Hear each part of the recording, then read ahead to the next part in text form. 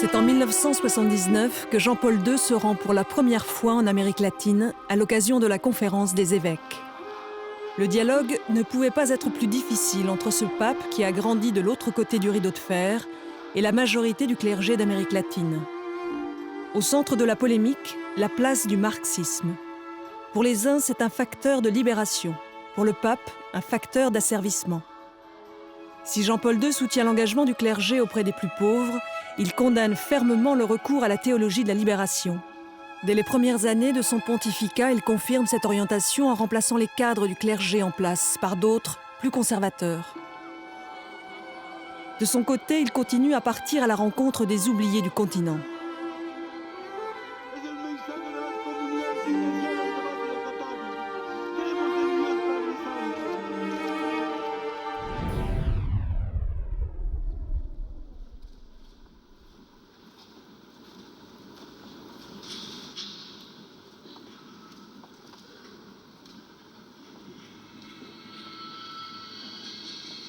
Mai 1988, quand le pape se rend au Paraguay, le pays est encore sous la dictature du général Stroessner. Dans l'Assemblée, des personnes se sont volontairement bâillonnées. Il rappelle la triste réalité vécue par le peuple de ce pays et celui de nombreux autres pays d'Amérique latine.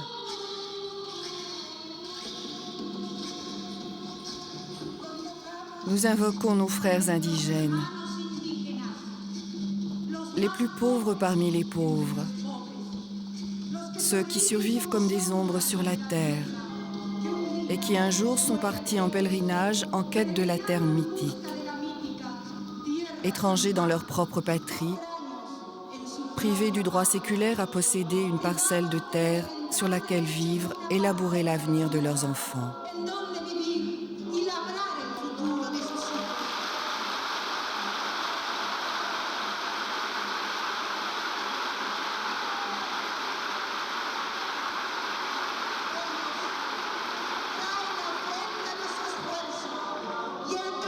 Ils clament que la terre est un don que Dieu a fait à tous, où les semences peuvent germer libres et ouvertes dans l'espoir de pouvoir édifier une société nouvelle.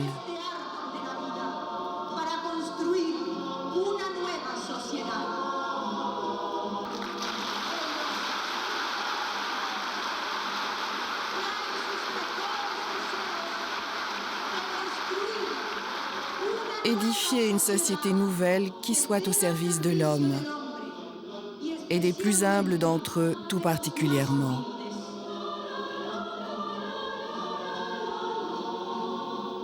Nous en appelons aux chefs d'entreprise, aux anciens combattants.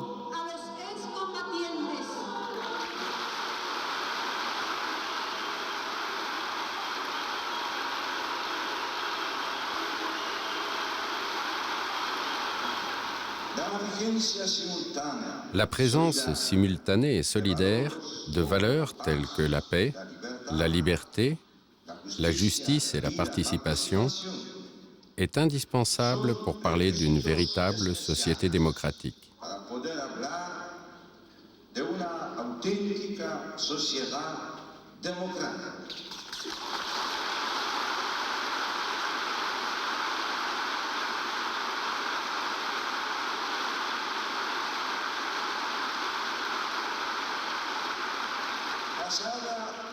Une société basée sur le libre consentement des citoyens.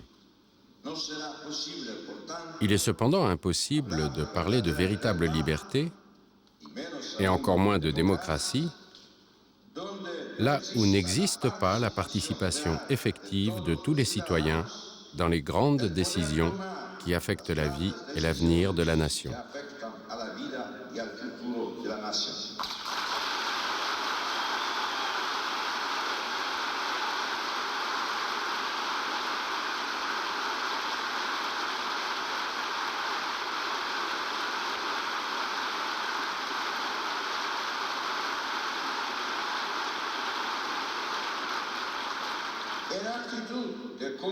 D'un commun accord, il faut rechercher des formes de participation plus conformes à l'expression des aspirations profondes de tous les citoyens.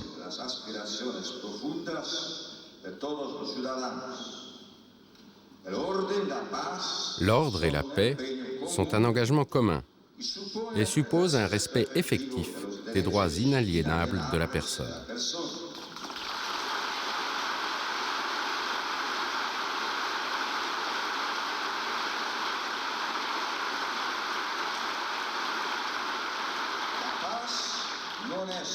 La paix est incompatible avec une forme d'organisation sociale dans laquelle un petit nombre d'individus instaure à son seul profit un principe de discrimination.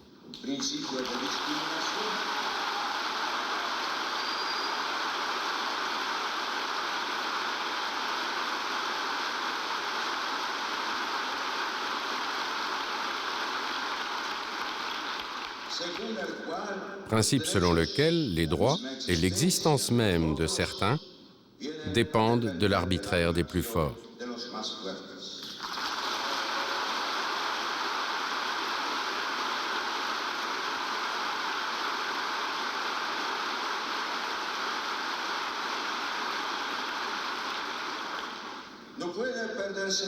Par conséquent, il ne faut pas perdre de vue l'impulsion éthique vers les valeurs absolues ne résultant ni d'un ordre juridique, ni d'un consensus populaire.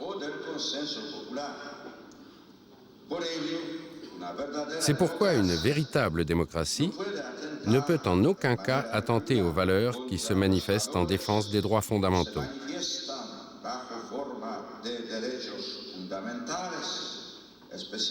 Et tout particulièrement le droit à la vie à chaque étape de l'existence. Les droits de la famille en tant que communauté de base ou cellule de la société. À la justice dans les relations de travail. Les droits concernant la vie de la communauté politique en tant que telle, ainsi que ceux basés sur la vocation transcendantale de l'être humain. À commencer par le droit à la liberté de professer, pratiquer et promouvoir le religieux.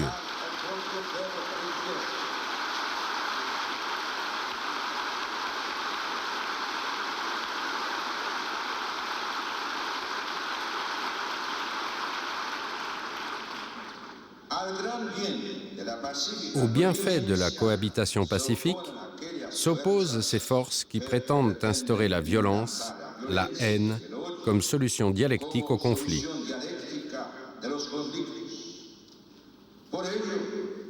C'est pourquoi le laïc chrétien ne peut oublier que la noble lutte pour la justice ne peut en aucun cas se confondre avec le programme qui voit dans la lutte des classes la seule voie pour l'élimination des injustices de classe présentes au sein de la société et au sein même de ces classes.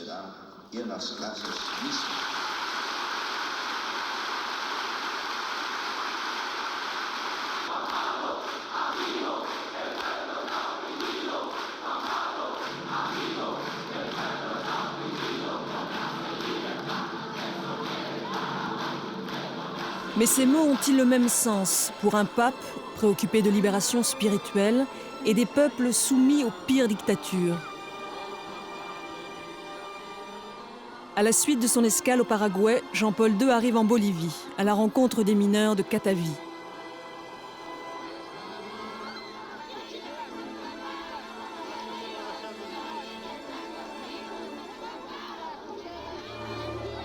Les mineurs d'étain de Catavi sont l'exemple de la vitalité des communautés de base mises en place à travers le continent par un clergé nourri de la théologie de la libération. Ces paroisses, sans église, où les laïcs tiennent une place importante, sont d'abord des communautés sociales qui tentent de soulager et d'organiser les populations pauvres du continent.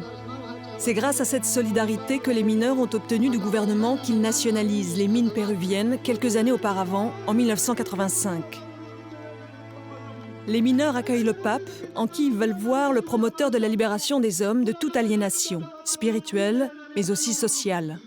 Pour avoir écrit les encycliques, Saint-Père, de Labori Excelsis, qui sont des lois sociales qui signifient pour nous un espoir de foi.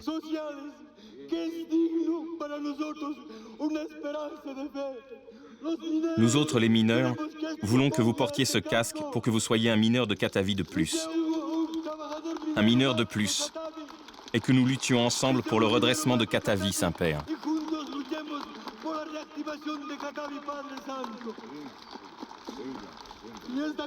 Cette lettre est le message des communautés ecclésiales de Katavi. Nous croyons en Dieu, Saint-Père.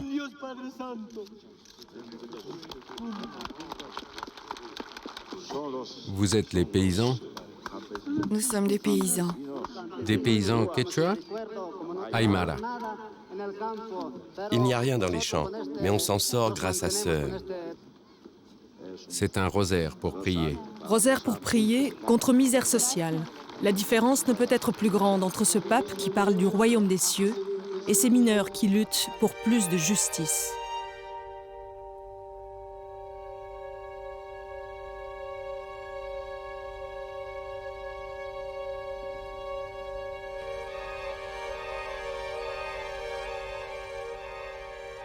Au début de la décennie 90, et alors que la chute du mur semble irréversible, Jean-Paul II apporte une attention croissante aux populations du Sud.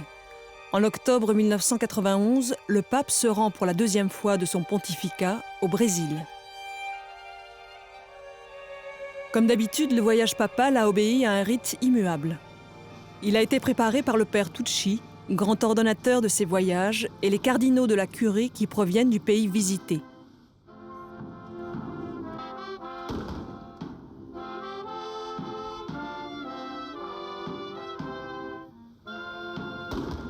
Le pape a préparé ses discours, tout en prenant soin de se familiariser avec la langue des populations qu'il va rencontrer.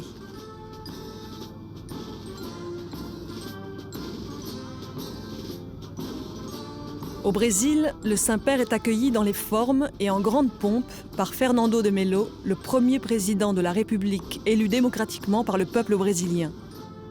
Il quittera le pouvoir un an plus tard. Le pape ne se contente pas de cette rencontre au sommet.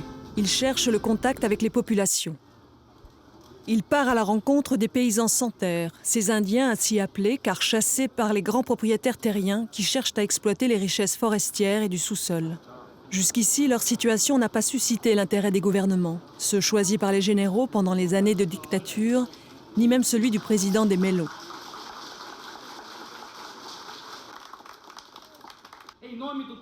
Au nom du développement, au nom du progrès, ils sont en train de contribuer à la disparition du peuple indigène, surtout ceux qui sont en contact direct avec la civilisation occidentale.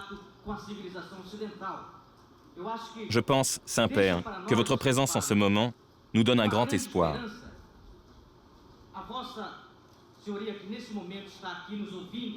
Nous vous livrons cette préoccupation parce que nous nous battons. Nous nous battons contre la mort de notre peuple indigène. Nous nous battons contre la mort de nos rivières. Nous nous battons contre la mort de nos poissons. Et nous ne voulons pas que cette terre continue d'être envahie. Nous ne voulons pas que notre religion soit remplacée par des sectes fondamentalistes qui modifient et qui bouleversent tout le processus de la vie d'une communauté indigène. La constitution brésilienne devrait être plus respectée et ne plus être considérée comme lettre morte, parce que la constitution brésilienne n'est pas appliquée. Il est dit dans le texte que dans un délai de 5 ans, tout le territoire indigène doit être délimité. Mais rien ne se fait. Je pense que notre garantie essentielle, c'est la terre, car sans terre, il n'y a pas de vie. Merci beaucoup.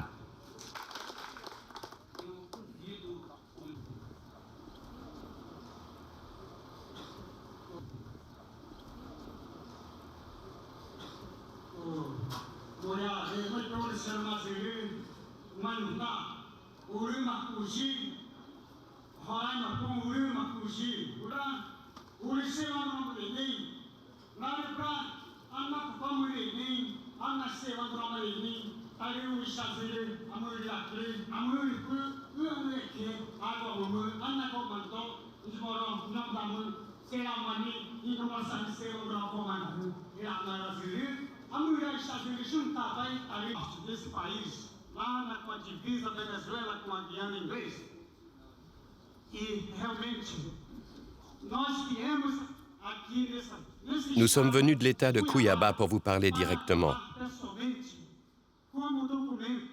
Comme le montre le document qui vous a été remis en main, et comme vous l'a dit aussi tout à l'heure mon camarade, notre peuple indigène ici au Brésil affronte vraiment beaucoup de problèmes.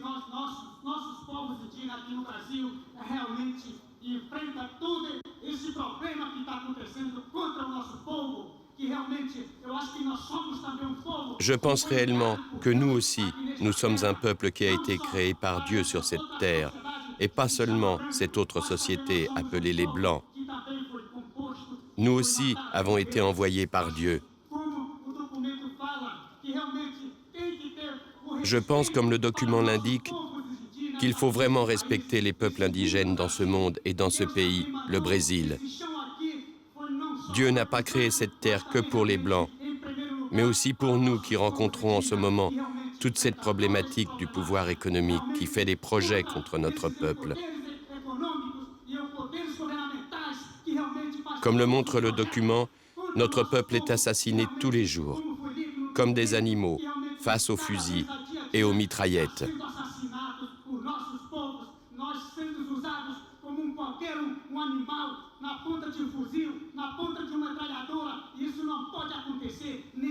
Ça ne peut plus continuer comme ça, parce que Dieu est aussi le Père des indigènes qui se trouvent au Brésil. Au nom de mon peuple et de ses souffrances, comme le sang du blanc, le sang des Indiens doit être respecté. Au Brésil, beaucoup de choses se passent qui ne devraient pas se passer.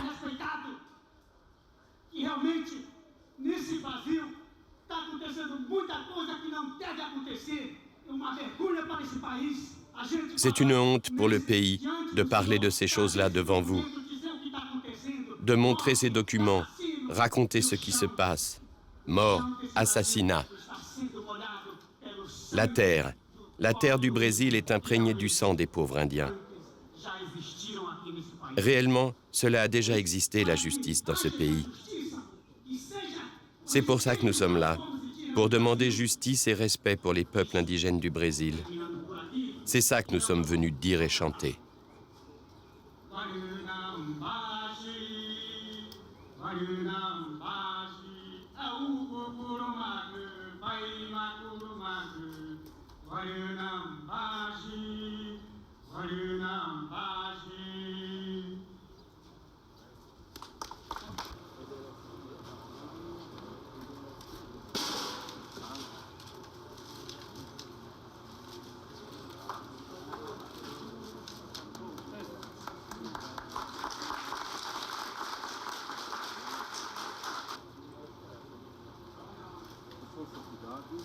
Votre Sainteté, j'ai ramené ce que nous utilisons comme protection dans notre tribu.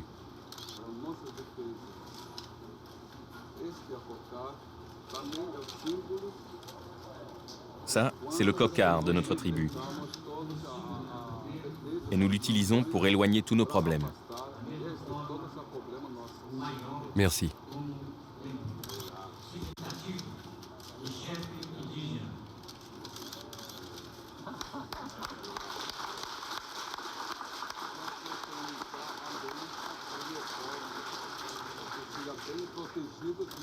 Maintenant, vous êtes bien protégés.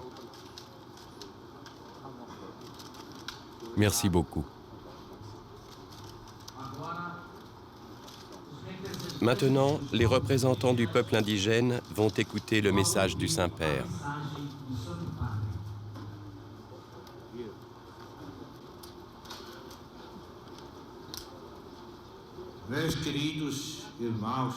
Mes chers frères indigènes, j'attendais avec anxiété les paroles des représentants des indigènes au Brésil.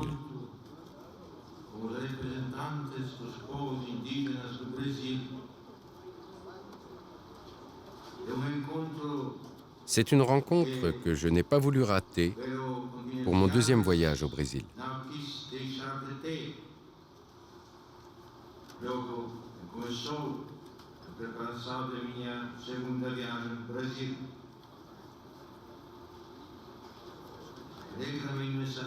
C'est très gratifiant pour moi de pouvoir être ici dans un groupe de descendants des premiers habitants de cette terre, plus nombreux que ceux que j'ai eu l'occasion de rencontrer à Manaus.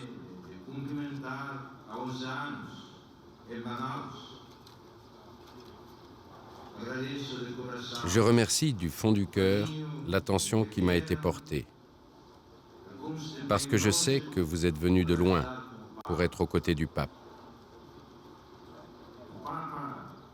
Le pape veut dire à tous les Indiens du Brésil, sur l'amour de Dieu, que c'est du même amour que Jésus-Christ, le Fils de Dieu, le fondateur de l'Église, aime tous les hommes.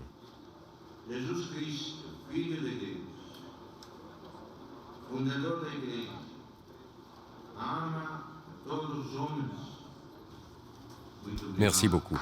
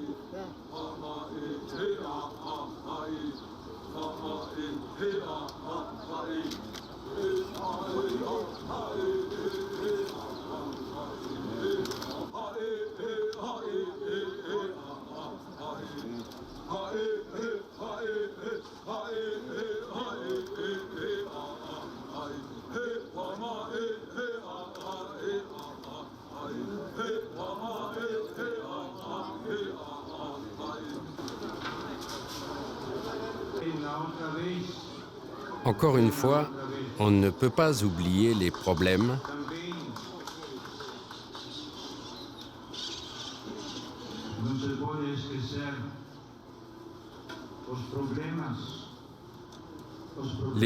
exposés par les orateurs. Il ne faut pas oublier les problèmes posés à Manaus.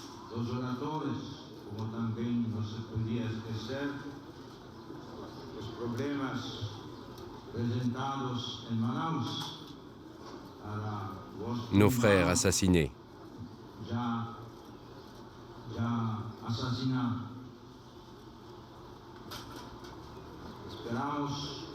Nous espérons vous revoir. Nous espérons avoir la protection de Dieu pour chacun d'entre vous, pour votre famille, pour votre nation. Au nom du Père, du Fils et du Saint-Esprit. Amen. À bientôt.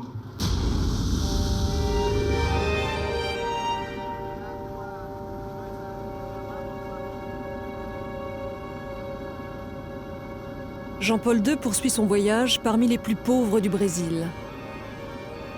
Quelques années auparavant, la figure de proue de l'engagement de l'Église brésilienne auprès des plus pauvres était Dom Helder Camara, évêque de Recife. Celui-ci était un fervent partisan de la théologie de la libération formalisée par le franciscain Gustavo Gutierrez. Pour faire comprendre sa position, il avait déclaré « Quand je donne du pain aux pauvres, je suis un saint. Quand je demande pourquoi les pauvres ont faim, je suis un communiste. »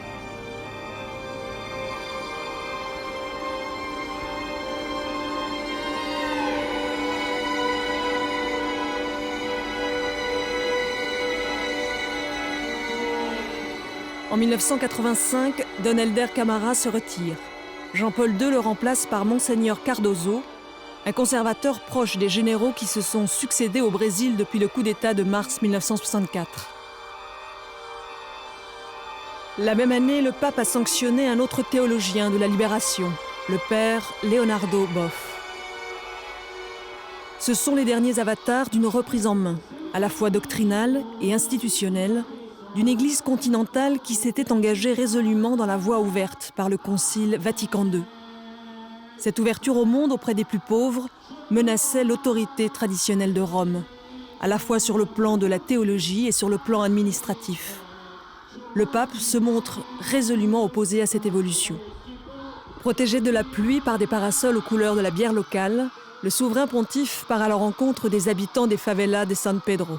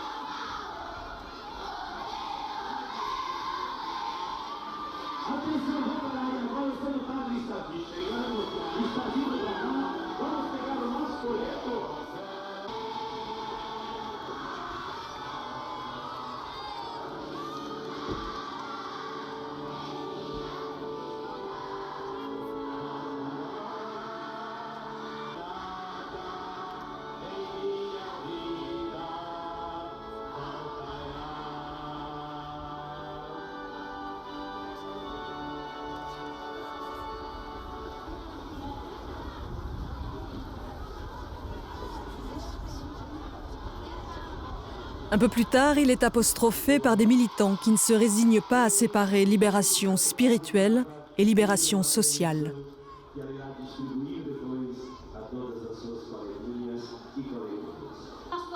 Le pastoral São Pedro appartient à notre État l'Espírito Santo, et c'est le Saint-Esprit de Dieu qui a guidé le pape jusqu'ici. Nous sommes un peuple nouveau, un peuple qui migre, un peuple qui de colonie en colonie, qui de champ en champ, venu de tous les coins du Brésil, a retrouvé dans la boue de ses marais la terre promise qu'on a recherchée quand nous avons été expulsés des champs par la force de la latifundia. Des chemins qui nous éloignent de notre conviction religieuse. Nous croyons au pouvoir de la prière et de l'action. Si votre sainteté veut nous faire un cadeau plus grand que sa propre venue ici, qu'elle demande à Dieu pour nous de raconter que nos Indiens sont déshumanisés, que nos Noirs sont encore des esclaves et que le nombre d'esclaves a augmenté, puisque maintenant nous sommes tous esclaves de l'exploitation. Nous sommes des esclaves non seulement à São Pedro, mais dans la campagne et dans la grande ville.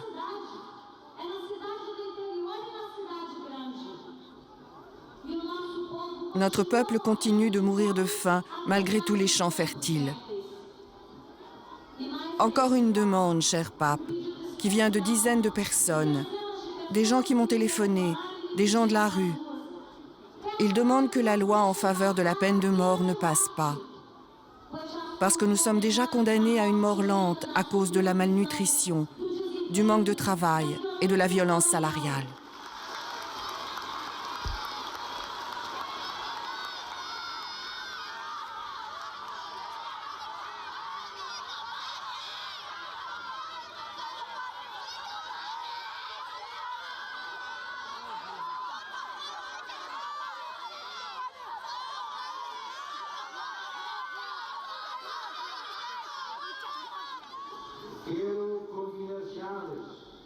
Je voudrais vous confier que cette rencontre avec les habitants de la favela de San Pedro était le moment que j'attendais avec beaucoup de tendresse pour ce deuxième voyage au Brésil.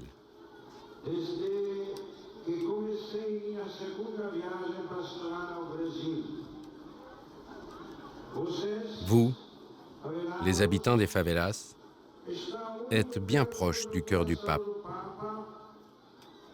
parce que vous êtes très proche du cœur du Christ. Les pauvres sont les préférés de Dieu. C'est eux que Jésus a préférés. Et l'Église veut aujourd'hui l'imiter. Vous êtes très proche du cœur du pape, parce que c'est surtout aux pauvres que Jésus s'est identifié. et c'est d'eux qu'il voulait être aimé.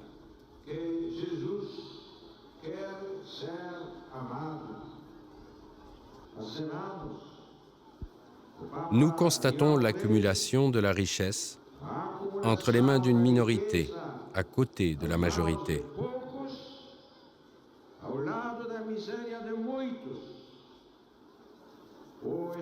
Le scandale de l'ostentation et du luxe, à côté de la souffrance causée par le manque des biens les plus indispensables.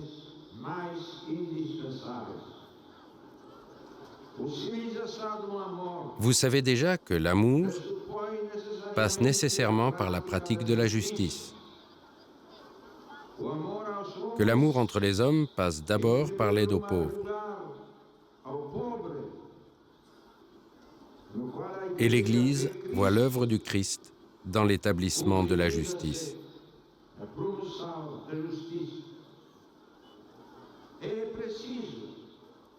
Une prise de conscience morale est nécessaire pour tous les hommes de ce pays. Je crois à la nécessité de la justice pour que les choses se fassent correctement.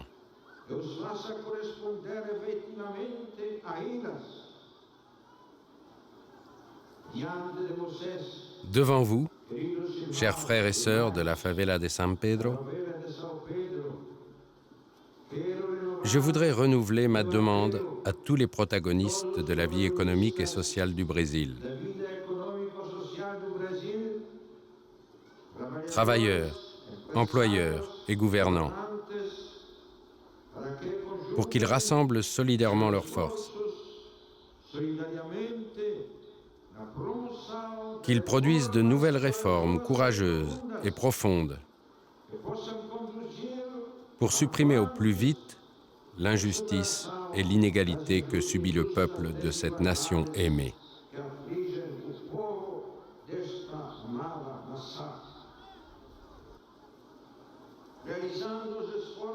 Qu'ils fassent les efforts, les sacrifices nécessaires en assurant la stabilité du cadre politique et économique, en garantissant la foi en l'avenir et la croissance de la capacité des travailleurs. La formation d'entrepreneurs efficaces et conscients de leurs responsabilités dans le cadre de la coopération internationale ne peut pas s'effectuer sous la charge de dettes impliquant des sacrifices insupportables.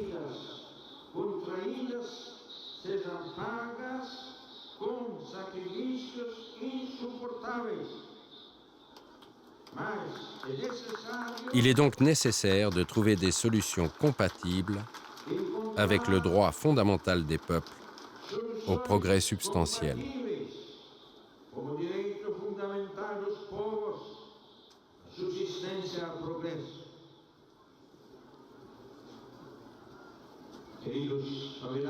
Mes chers habitants de la favela de San Pedro, le pape est parmi vous, porteur d'un message d'amour et de justice de notre Sauveur Jésus-Christ.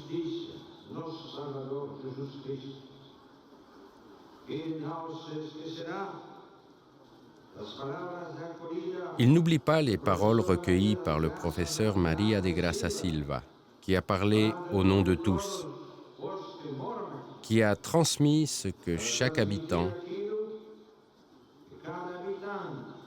hommes, femmes et enfants, aurait dit s'il l'avait pu.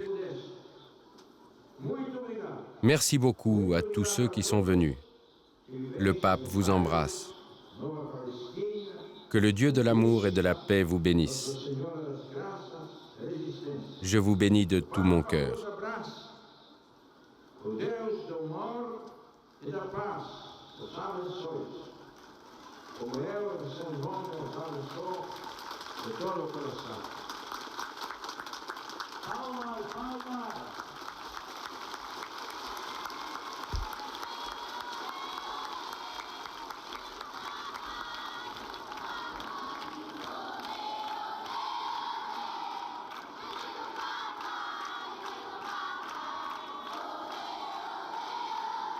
«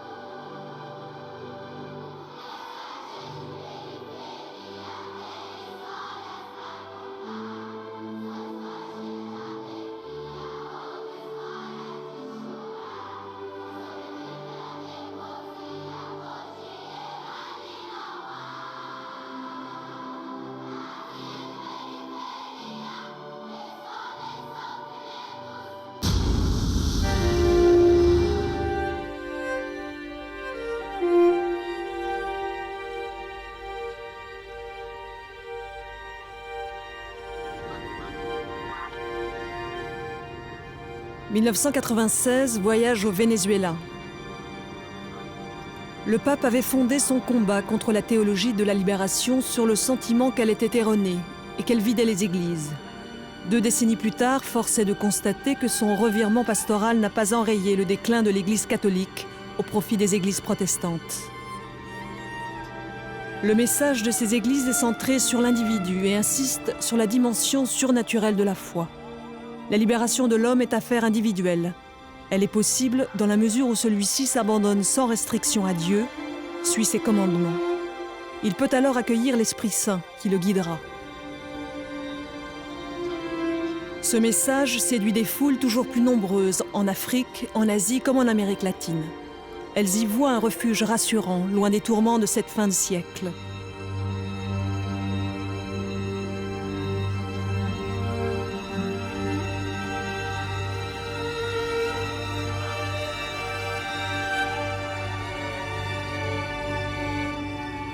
Le pape arrive à Caracas. Sur la route depuis l'aéroport, le convoi papal s'arrête devant la foule qui se presse. Coutumier de ses allocutions plus ou moins improvisées, Jean-Paul II s'adresse aux détenus d'une prison proche.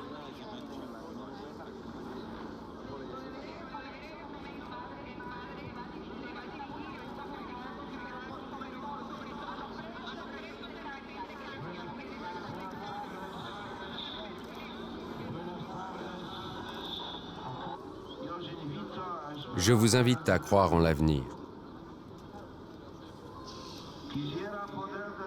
J'aimerais pouvoir m'arrêter et parler avec chacun d'entre vous des événements malheureux qui vous ont entraîné dans ce lieu.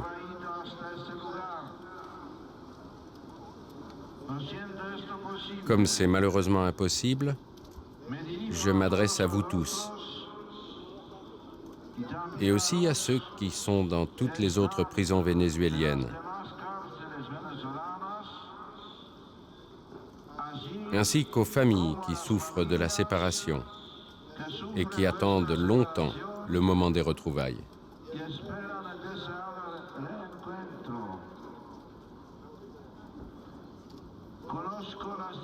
Je connais les difficultés que vous traversez, mais tout en les vivant, vous devez vous souvenir des paroles de notre Seigneur, qui nous rappelle constamment que Dieu est amour.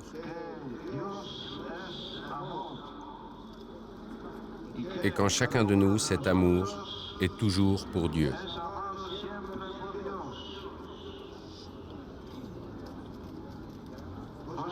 Je vous invite à vous réunir autour de l'arbre de vie qu'est l'Évangile.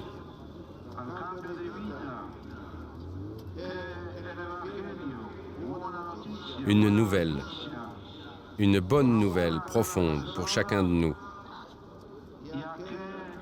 Et à ne pas vous laisser vaincre par le pessimisme ou le découragement.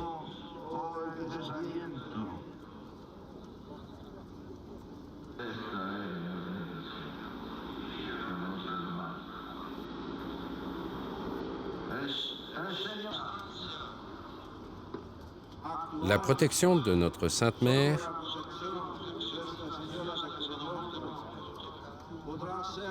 sera bénéfique pour tous les Vénézuéliens.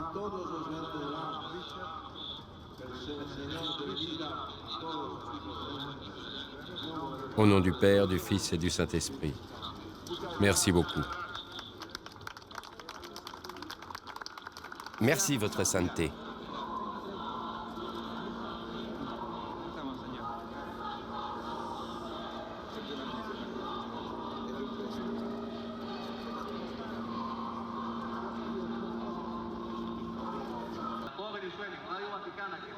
Radio Vatican en direct. Nous disons à tous les Vénézuéliens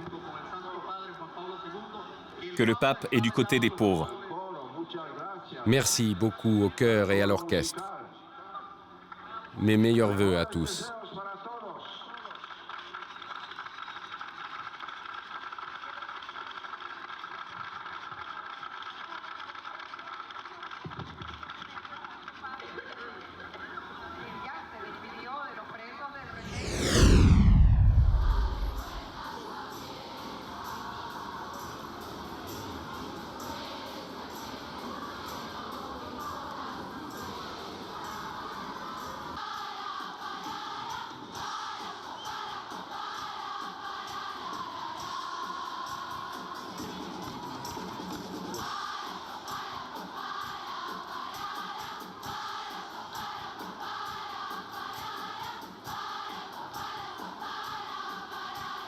Pour faire face à la concurrence des églises protestantes, le pape a favorisé au sein de l'Église les courants charismatiques d'inspiration pentecôtiste qui puisent aux mêmes sources. Ceux-ci célèbrent l'Esprit Saint qui doit éclairer chacun, quel que soit son environnement social et historique. C'est ce que le pape a appelé la nouvelle évangélisation. Pour favoriser cette évolution et cette annonce d'un message à la fois renouvelé et recentré, le pape a réécrit le droit canon. Il a publié le catéchisme universel, limité le pouvoir des conférences épiscopales, encadré la participation des laïcs et marginalisé le rôle des femmes. Jeunes gens,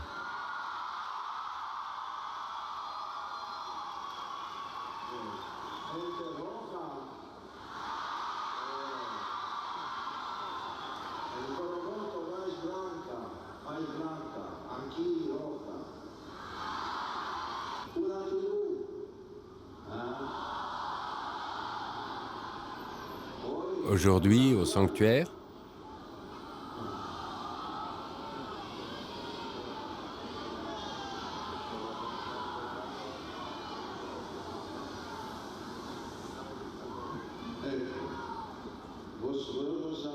vous savez qu'il y a maintenant 555 places.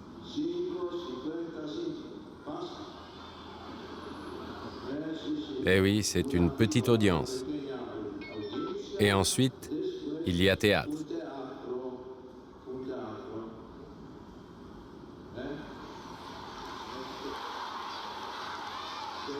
Bénédiction à vous tous. Bon après-midi.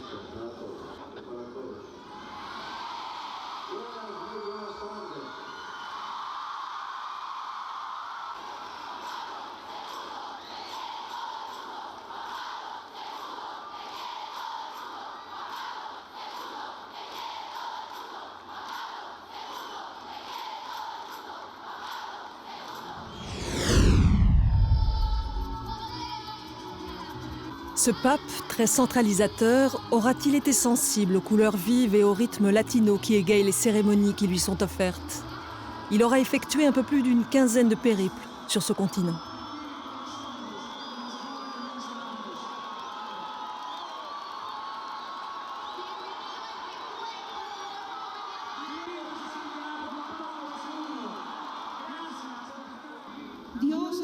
Dieu, dans le ciel, ne fait aucune discrimination, ni entre les races, ni entre les peuples, ni entre les couches sociales. Malheureusement, nous autres sur Terre, nous les faisons. Le poète de l'âme populaire vénézuélienne, Andrés Eloy Blanco, s'est exprimé dans une musique métisse, tricolore.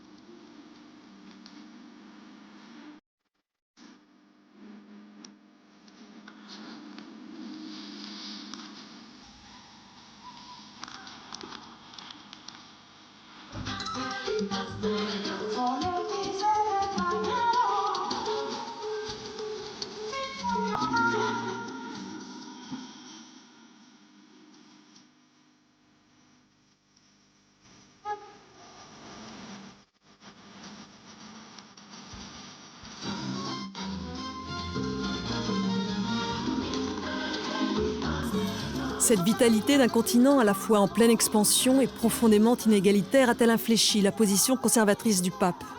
Celui-ci a-t-il su trouver au fil de ses voyages les paroles justes pour s'adresser à ce peuple et son clergé qui s'interrogeait sur la manière d'annoncer Dieu dans un monde de misère? Ce clergé avait inventé la théologie de la libération et les communautés de base.